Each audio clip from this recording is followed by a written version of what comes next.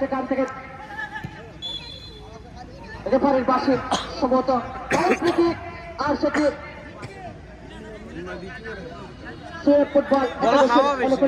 Sunshine football academy তাদের নিজেদের মধ্যে 4টি টিম করে এ বি সি ডি তাদের মধ্যে টুর্নামেন্টের আজকের উদ্বোধনী খেলা চলছে। সেক্ষেত্রে আমরা দেখতে পাচ্ছি শর্ট নিচ্ছে জিসান ইতিমধ্যে সেই বিভাগীয় টিম সহ দেশের অনেকগুলো ক্লাবের খেলার অভিজ্ঞতা অর্জন করেছে এবং চমৎকার খেলে থাকেন।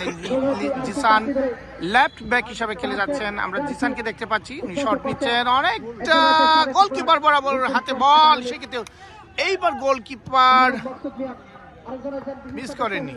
আবারও সাদা দলের হাতে আবারও চমৎকার একটি পাস আমরা দেখতে পেলাম। সেক্ষেত্রে একটি আক্রমণ হওয়ার প্রবল সম্ভাবনা, ক্রস হবে, সেই ক্ষেত্রে বলটা অনেকটা সাইড লাইনের বাইরে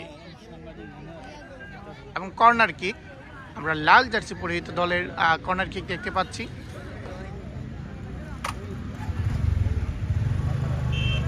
ইতিমধ্যে এক গোলে এগিয়ে গিয়েছে সাদা জার্সি পরিহিত খেলোয়াড়রা।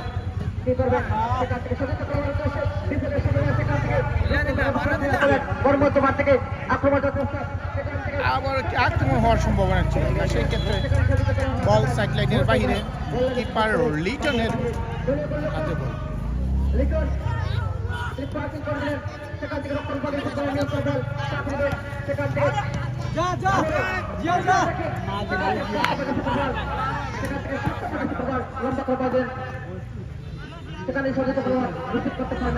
সেক্ষেত্রে দাঁড়ানো ছিলেন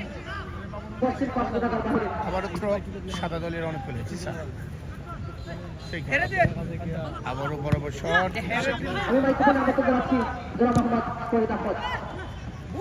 চমৎকার একটি বল, সেই ক্ষেত্রে ক্লিয়ার করলেন 5 নম্বর জার্সি পরিহিত ডিফেন্স। আরেকটি আক্রমণ হওয়ার চেষ্টা, সেই ক্ষেত্রে বল পায়ে অ্যাডজাস্ট হয়নি। আবার আক্রমণ জিসানের পায়ে বল, আমরা দেখতে পাচ্ছি একটু পায়ে এগিয়ে চলছেন, সেই ক্ষেত্রে আরেকটা কাউন্টার অ্যাটাক করার চেষ্টা, কিন্তু সেখানে বাধা। আবারও ফাউল,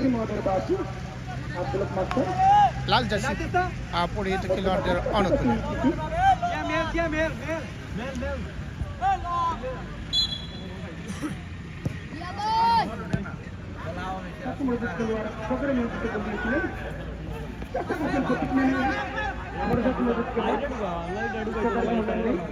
সেই ক্ষেত্রে কিপার লিটনের হাতে বল,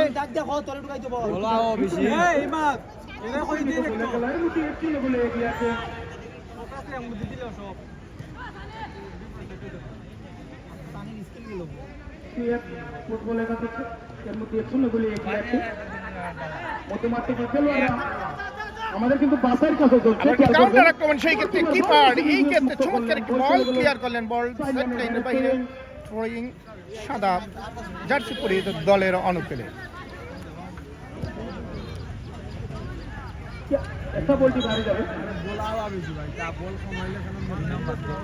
খেয়াল করবেন আমাদের জেলা উপজেলা ক্রীড়া সংস্থার নেতৃবৃন্দ বসা আছেন, কে ভালো খেলছেন দেখছেন, ম্যান অফ দ্য ম্যাচেরও ব্যবস্থা আছে।